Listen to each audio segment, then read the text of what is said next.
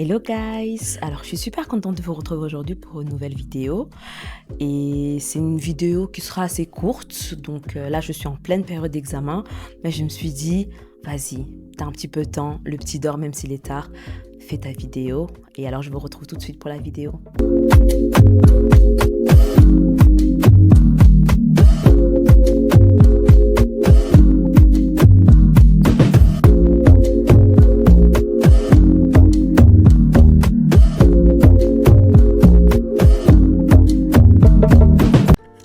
Avant de commencer la vidéo, n'oubliez pas bien évidemment de liker, de commenter, de partager et de vous abonner si ce n'est pas encore le cas. Et bien sûr, d'activer la cloche, comme ça vous pourrez être averti pour mes prochaines vidéos. Et moi, je vous retrouve tout de suite pour la vidéo. Donc, la reprise du travail après le postpartum, franchement les gars, pour moi, c'était super difficile. Franchement, je ne sais pas si on se rend compte, mais moi, je suis restée 6-7 mois avec mon fils à la maison. Et déjà, ça faisait presque un mois. Ah non, même pas un mois. J'ai arrêté de travailler 2-3 semaines avant mon accouchement. Et après l'accouchement, j'étais H24 à la maison.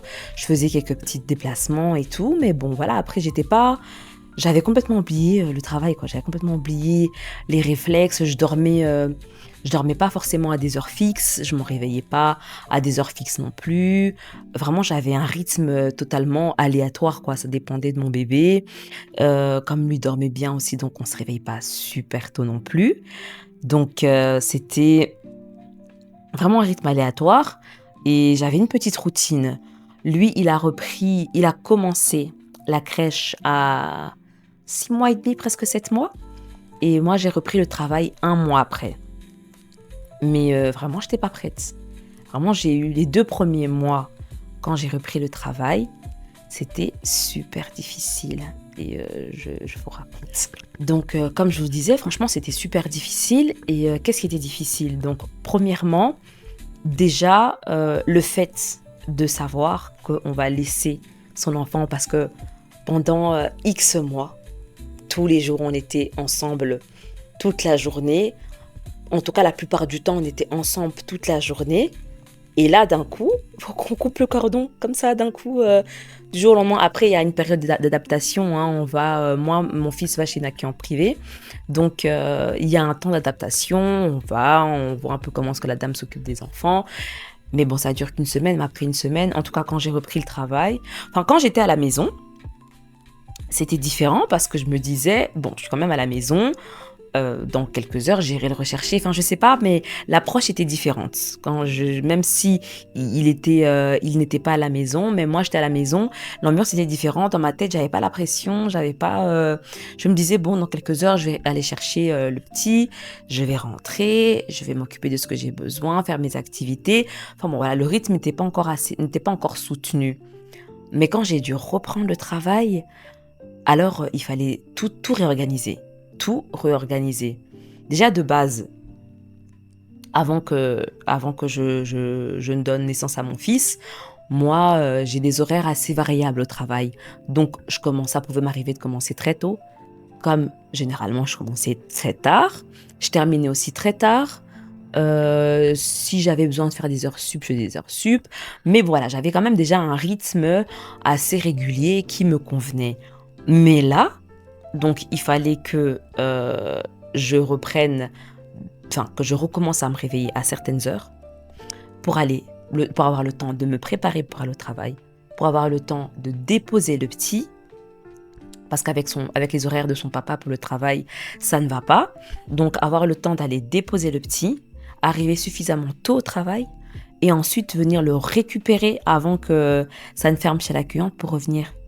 Donc vraiment, c'était compliqué de trouver ce rythme. Comme je vous ai dit, donc quand j'ai recommencé à aller au bureau, le fait de savoir que mon fils je n'allais pas le voir toute la journée, franchement, c'était super dur.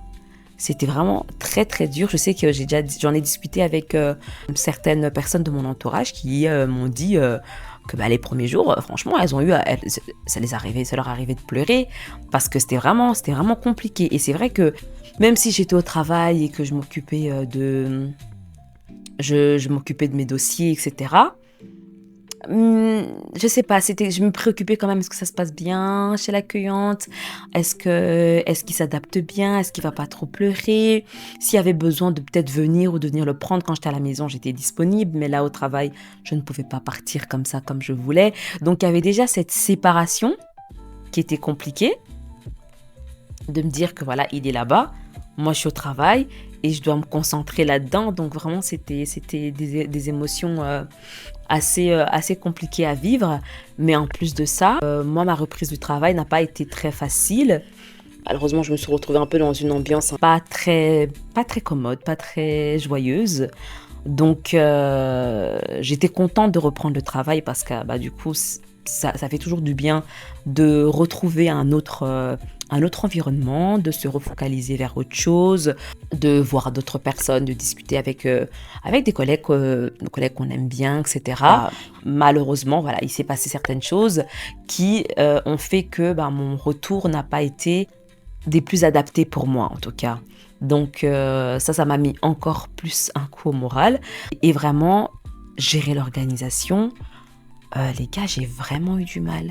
J'ai eu du mal à devoir me réveiller le matin, du coup plus tôt, parce que je devais me réveiller vers 6h, 6h30, pour me préparer. Ensuite, préparer le petit, le déposer. Je devais avoir fini pour 16h30 au moins pour passer le chercher.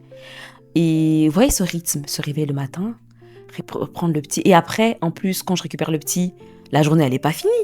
Quand j'étais à la maison, bah, j'avais le temps de cuisiner, de m'occuper de la maison, de faire ceci, de faire cela, de organiser tout ce que j'avais besoin d'organiser avant d'aller chercher le petit. Et donc voilà, j'étais tranquille pour m'occuper de lui, pour m'occuper du reste. Sauf que là, le début de la journée et l'entièreté de la journée m'avaient déjà fatiguée. Et en plus de ça, il fallait rentrer et ça ne s'arrêtait pas là. Bah, du coup, il y avait le petit qui était là, bah, qui pleurait, il fallait s'en occuper, il fallait donner à manger, il fallait s'organiser du coup pour le lendemain. Enfin, tout ça, en fait, ça m'a énormément pesé.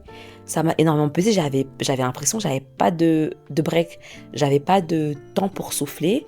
Oui, je n'avais pas de pause en fait. Et tout s'enchaînait comme ça tous les jours. Bam, bam, bam, bam, bam, bam, bam. Pendant 2 mois, ça a été comme ça. Pendant 2 mois, je ne trouvais pas de rythme. J'étais tout le temps épuisée. Je rentrais à la maison, j'étais exténuée, et rebelote. Et mais vraiment, moi, j'étais pas prête. J'étais vraiment pas prête à ça. Au bout d'un moment, j'en pouvais plus. Donc après 2 mois, donc au mois de mai, j'ai dit à mon mari, écoute, faut qu'on prenne des vacances, qu'on prenne au moins 10 jours de vacances et qu'on parte pour que vraiment que je récupère, que je souffle, que je puisse me détendre, penser à autre chose. Après, on avait organisé des petites vacances, on était partis au sud de la France en plus. Donc on était censé aller au sud de la France et puis descendre en Espagne. En plus, il a fait moche, il a plu. Mais ça m'avait déjà quand même fait du bien d'avoir ce break de 10 jours. Parce que j'en pouvais plus en fait, vraiment je n'en pouvais plus. J'avais besoin de souffler, je lui disais, je sais que voilà, c'est pas forcément le meilleur moment, on avait d'autres choses de prévues, mais j'avais besoin de ce break, j'avais besoin de m'évader, de souffler. Je n'y arrivais plus et je me rendais compte que vraiment, ça n'allait vraiment pas. Et heureusement, voilà, on a pu partir, on a pu profiter à 3. Après, oui, j'appréhende un peu le retour, mais ça va. Une fois qu'on est retourné, bah, qu'on est revenu, je me sentais déjà un peu plus apaisée. Bon, ça faisait déjà 2 mois du coup que j'avais ce rythme-là, donc ça allait un peu plus. Et aussi, on s'est entendu pour après l'organisation le matin. Donc en début de semaine, c'était plutôt moi qui préparais l'enfant et qui me réveillait un peu plus tôt pour gérer tout ça.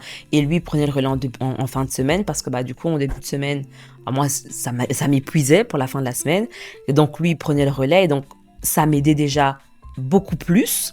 J'ai essayé aussi de faire ce que j'avais besoin de faire en amont. Donc le week-end, bien évidemment, j'en profitais pour me reposer. Mais je faisais aussi tout ce que j'avais besoin de faire, tout ce que j'avais besoin de préparer. Il y avait aussi mes études.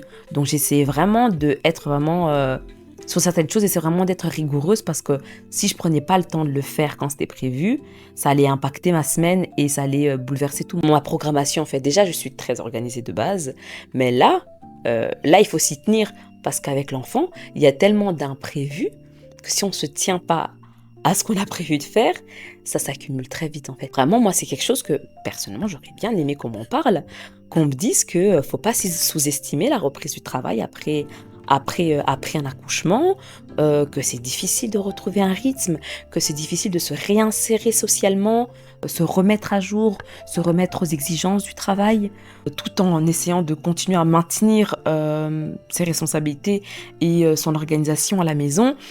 Donc vraiment, j'aurais aimé qu'on me prépare à tout ça et je vous avoue que je ne savais pas. Je l'ai découvert, maintenant ça va beaucoup mieux, quand même depuis le temps. Il y a des choses qui ont été mises en place, donc ça va vraiment beaucoup mieux. Mais c'est vraiment quelque chose auquel j'aurais aimé qu'on me prépare. Et donc c'est pour ça que je tenais aussi à vous en parler.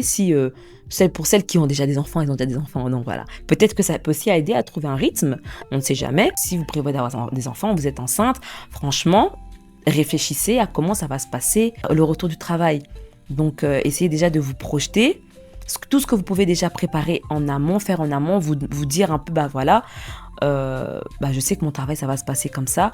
Qu'est-ce que je peux déjà faire qui va me permettre de mettre en place ou faire qui va me permettre de m'alléger mon quotidien une fois que j'aurai repris le travail avec l'enfant. Parce que franchement, je vous avoue que c'est pas évident. C'est vraiment pas évident. On reste... je sais que les femmes, on est des Wonder Woman. Mais on n'est pas des machines. On ne peut pas tout faire. Donc... c'est vrai qu'on s'adapte très vite, mais des fois, c'est au péril de notre santé mentale, de notre santé physique. Et donc, c'est comme ça qu'en fait, il y a des choses qui peuvent s'installer, la dépression, la tristesse, etc. Et on s'en rend compte qu'après, parce qu'au moment même, on est tellement en automatique qu'en fait, après coup, c'est là qu'on se rend compte que tout retombe en fait. Si je peux vraiment vous donner quelques conseils, c'est vraiment 1 ou 2 mois avant de reprendre le travail. Planifiez déjà, dites-vous déjà que, voilà, de toute façon, mon travail, je fais ça dans mon travail. Le rythme sera comme ça. Il y a l'enfant à mettre dans l'équation. Qu'est-ce que je peux mettre en place? Qu'est-ce que je devrais mettre en place? Qu'est-ce que je peux déjà faire maintenant qui va m'alléger pour le travail? Avec votre partenaire, bien évidemment, vous en discutez. Qu'est-ce que je devrais préparer pendant mes semaines? Quelle organisation je pourrais tenter? Parce que c'est pas d'un coup on commence, on peut tenter quelque chose et ça fonctionne pas comme organisation. Donc peut-être penser à plusieurs types d'organisations que vous pourrez avoir qui vous permettraient de vous alléger, qui vous permettraient de ne pas être surmené, qui vous permettraient vraiment de vous adapter. Une fois que vous aurez trouvé votre rythme, franchement, ça ira tout seul. Mais au début, franchement, c'est super compliqué. Hein. C'est super, je pense que vraiment de toute l'expérience, moi, pour ma part, c'est vraiment le retour au travail qui a été compliqué, comme je vous ai dit. Il s'est passé certaines choses. Et donc déjà, l'environnement, c'était pas non plus hyper propice. Ça a vraiment été une période très très difficile. Et même jusqu'encore au mois d'août de l'année passée, j'en parlais avec mes amis et avec mon mari. Je dis vraiment avec le recul, je me rends compte que ouais, que j'étais vraiment en automatique. Ça a été assez compliqué, assez difficile.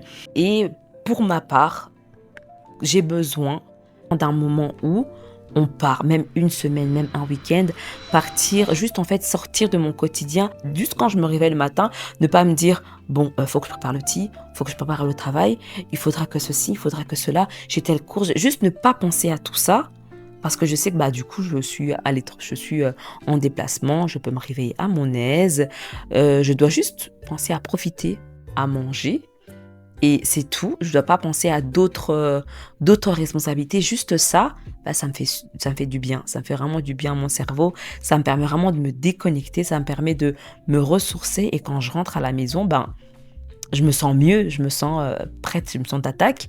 Donc, trouvez peut-être ce qui vous fera du bien. Si vous avez besoin d'aller au spa, si vous avez besoin de, je sais pas moi, prendre un week-end où vous faites rien, pas forcément vous déplacer parce que voilà. On n'a pas forcément toujours les moyens de pouvoir partir quelque part, mais trouver quelque chose qui va vous permettre de prendre du temps pour vous, avec votre famille, de vous déconnecter de votre quotidien, de vos responsabilités, recharger vos batteries pour continuer à tenir pour la suite. Et avec le temps, si j'ai vu ce que j'ai mis en place, ce qui a fonctionné, ce qui n'a pas fonctionné, ce que j'avais amélioré, et de trouver des choses qui, moi, me font du bien, d'avoir des breaks, de pouvoir aller en déplacement, de pouvoir avoir un week-end où je fais rien, de laisser mon fils chez la famille et en profiter avec mon mari. Donc toutes ces petites coupures, franchement, ça m'a permis de bien me remettre en place. Au travail aussi, ça se passe très bien maintenant. Avec mes collègues, on s'entend très bien aussi. Enfin, je m'entendais déjà très bien avec ces collègues-là. Et voilà, tout s'est agencé. Il y a toujours des difficultés, mais franchement, ça n'a été que pour le mieux. Et maintenant, je me sens mieux. Après, bien évidemment, j'aimerais bien être une femme à la maison. Posée, je m'occupe des enfants, le mari ramène l'oseille. Mais bon, on n'est pas encore là. On n'est pas, je ne sais pas si on y sera un jour, mais bon, voilà, il faut travailler, il faut gagner son pain. Et franchement, moi, je me vois pas n'exercer aucune activité. J'ai besoin d'au moins être active. Mais c'est vrai que quand on vient d'accoucher, on devrait avoir droit à au moins un an et demi à la maison, histoire de se remettre de tout, de tout ça. Enfin bon, voilà. C'était un peu tout ce que je voulais vous partager. C'était une petite vidéo un peu rapido comme ça, entre 2-3 livres. Je voulais un peu partager ça avec vous. Je ne sais pas si vous avez déjà aborder ces sujets-là avec vos proches, avec vos mamans, avec vos tantes, avec votre entourage. Mais moi, personnellement, franchement, c'était pas le cas. J'en avais jamais parlé. C'est jamais arrivé en discussion avant que je sois maman. Après, peut-être j'en ai discuté avec ma sœur, ma grande sœur. Mais bon, voilà. Mais c'est pas quelque chose auquel on pense. Peut-être que j'ai pas fait plus de recherches que ça sur Internet, mais voilà, c'est pas un sujet qui personnellement, j'ai l'impression qui est fort discuté. Et donc c'est quelque chose que je voulais aborder avec vous. Donc j'espère que ça pourra aider une ou je ne sais pas quelle personne tombera sur cette vidéo, que ça pourra toujours aider. Et voilà, moi je vais retourner à mes livres parce que j'ai encore examen la semaine prochaine. Je termine la semaine prochaine, mais bon. Les gars, je vous assure, franchement. Moi-même, je sais pas comment je fais, mais j'ai pas le choix. Donc voilà, je vais aller dormir, parce que demain, je vais me réveiller tôt, et continuer mes révisions, et souhaitez-moi bonne merde, nous on dit, pour mes examens, et on se revoit la prochaine fois pour une vidéo. Peut-être ce sera en fin janvier, quand j'aurai fini mes examens. Non, fin janvier, quand j'aurai eu un petit peu de temps pour refilmer une vidéo. D'ailleurs, je vous souhaite bonne année. Bonne santé, j'espère que vous avez bien fêté Noël, nouvelle année, que vous avez profité de vos proches, pu profiter de ces moments de fête et de joie et de partager ensemble. Je vous souhaite que le meilleur pour cette nouvelle année. Beaucoup de joie, beaucoup d'argent, d'argent et surtout la santé. Parce que sans la santé, on n'a pas le reste, surtout la santé. Donc voilà, c'est tout pour moi. Si vous avez aimé la vidéo, n'oubliez pas de liker, de commenter, de partager, de vous abonner. Très important, abonnez-vous et aussi d'activer la cloche. Comme ça, vous serez prévenus pour mes prochaines vidéos. Et moi, je vous dis à la prochaine, guys. Peace.